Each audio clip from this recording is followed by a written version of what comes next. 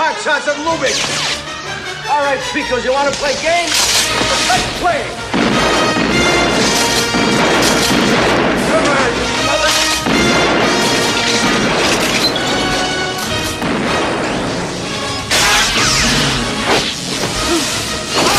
No, don't kill him. I want him alive.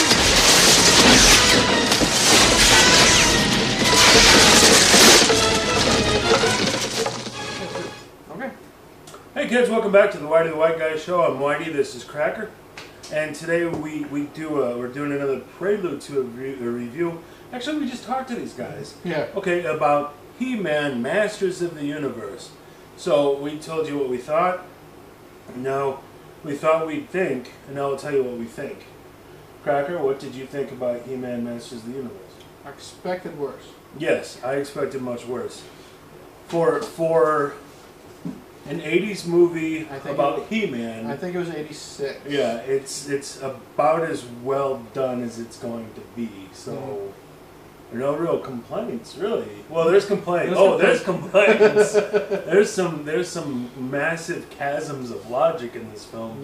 Can you do your plot summary? You think you can? Yeah, summarize synopsis. I think It's a He-Man movie about He-Man, and basically there's some kind of war of sorts between him and Skeletor. Between him and Skeletor and their two respective forces. He-Man's forces just lost. Right. As they're all on the lam, they run into some soldiers. They kick their butt. They rescue the midget. The midget, who's a little Scottishman, going to show them that I don't know a thing. So, and then they find they have to escape real quick. He's got a key, and this key helped Skeletor launch a surprise attack inside their fortress. It's like a transportation device. Right. So as they're being attacked in a pinch, he's hitting the buttons, and they end up getting transported to Earth, modern day 1986. Right.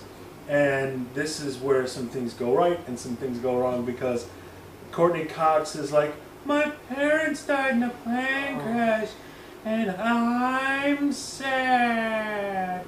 And then the blonde kid is like, I have to have sex with this. This is my one. She's the only thing that will talk to me, but she's got to open her legs, and this is getting complicated. So then He-Man and those guys show up. Right. They lose the key. They have to find the key. The two kids find the key. Right. And then runny, chasey. Final battle, the end. The good guys win. And then at the end of the film, Courtney Cox is like, my parents are still alive. Yay! And that's the movie. So I warned you about that. I knew. You were the whole time. He's like, the parents will still be alive. I'm like, there's no fucking way. Once I figured out. Well, once we were told basically that the key is like they find the key because they're going to the cemetery where her parents are buried. Right. So once we find out that Courtney Cox's parents are dead, and once we find out that the key is interdimensional travel, I told you within 15 minutes, I said her parents are gonna be alive by the end of this movie. And it's superfluous because the only plot function that serves is that the lady with the green eyes, the evil lady, Meg Foster. Well, what's the character's name? Evelyn. They go to her house. They're looking to get the key, and she finds an article about her parents' death and sees the girl. So it's like, had that just been a picture of the family, she then goes up to the window. She's like, "This is the native that took the key." Okay, that's the only reason you need. So you could have just let that whole thing out. And they just find a picture of her at the house. This is what she looks like. You see here? That's what we're looking for. Everybody stop for a minute. Look at me. You look at me. This is who we're looking for. She has the key. And you didn't need any of this. No, but then they throw in the scene where, of course, I was yelling at you when we were watching the movie, the scene where Evil Lynn is pretending to be her dead mother. Oh, God. Okay, Courtney Cox's character, she's like, what? A senior, so a high school senior, so let's just say she's like 18 years old. She's not retarded. Okay. No. So she looks out the window and she sees her mother talking to her. Okay. Yes. First off, there's a battle happening. There's a battle happening. You're being chased by people from another dimension. Yes. And then you look out and you see your dead mother. Supposedly your mother's been dead for this whole time. and you really believe it's her. Yeah. Now, then when you're talking to mom knows about the key.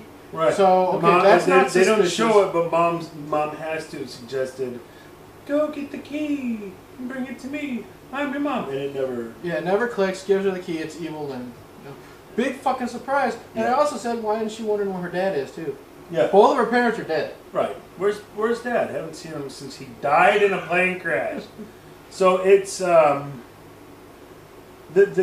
good news is that's like the big... That's the only really big problem. Only really big concern. So again... The whole parent thing. You're making a He-Man movie. Dolph Lundgren's running around in his underpants, and it's actually not that horrible. It's pretty. My pretty doable. My only problem is the whole parent situation. Yeah. That should have been taken out of the movie. Yep. And I hated the midget. Really? I hated him. He's played by Billy Barty from UHF. Yeah. He's in that Tom Cruise movie Legend. Okay. And he's a midget in pretty much everything else. Everything else in the 80s where there's a midget. I just find the whole character stupid, annoying. Right. But they needed, comic relief. For the kids.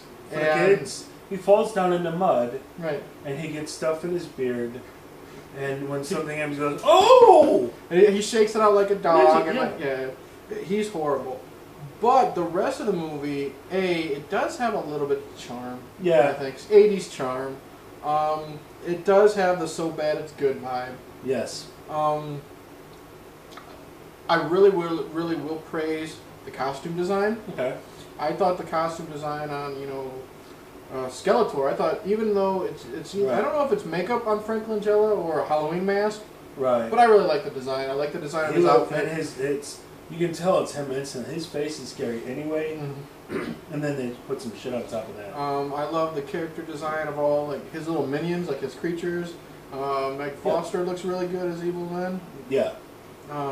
Like I said in our little prelude video, Tila is hot as hell. Sure. Man at Arms doesn't look that bad in his little getup. No. So I think the character, the costume design was great. Right. And I was worried from what I remembered from years ago. Yeah. When I last saw this as a child. I thought I was going to get some big lecture on feminism and some big lecture. And not really. No. They just had the one bit where they're eating the food and she's like, what's this white stick it's on? He's like, that's a rib. It used to be an animal. Yeah. She's upset, and that's about it. Yeah, she says, what a barbaric. One little and then the one time where she had to save the men, and she said, woman at arms type of thing. Yeah. But it wasn't as bad as you fellas look like you could eat the hand. Beep, beep. Oh, I helped. Yeah, I'm going to nod out for the rest of the movie. You guys do all the heavy lifting.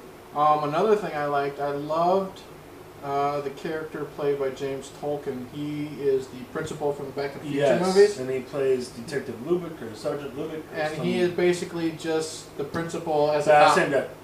Nice same. guy. Yeah. So he shows up because when the bad guys first attack on Earth, they basically blow up a high school. He shows up to that as the kid who went to the music shop to find out what the key is from his buddy Charlie is showing up there. He's like, you're going to give me some answers, kid. And that's how he gets involved. And then he helps out a little bit at the end with a shotgun. Yeah. Which I remember him doing more damage. He really killed 3 guys and called it a day. It was cool, though. I did love how, He-Man and all of his buddies are shooting at Skeletor's minions with laser guns. But then you have, Officer Lubick with a shotgun taking out people. He's like, you want Lubick? You got it! Bam! And he basically said that. Yeah.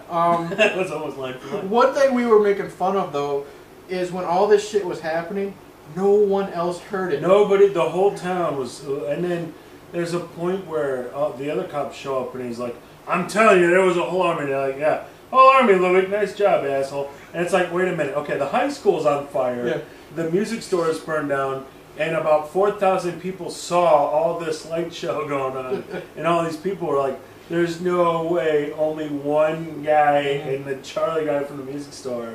And the whole town's oblivious. Right. But fuck it, because it's a He-Man movie. Just go with it.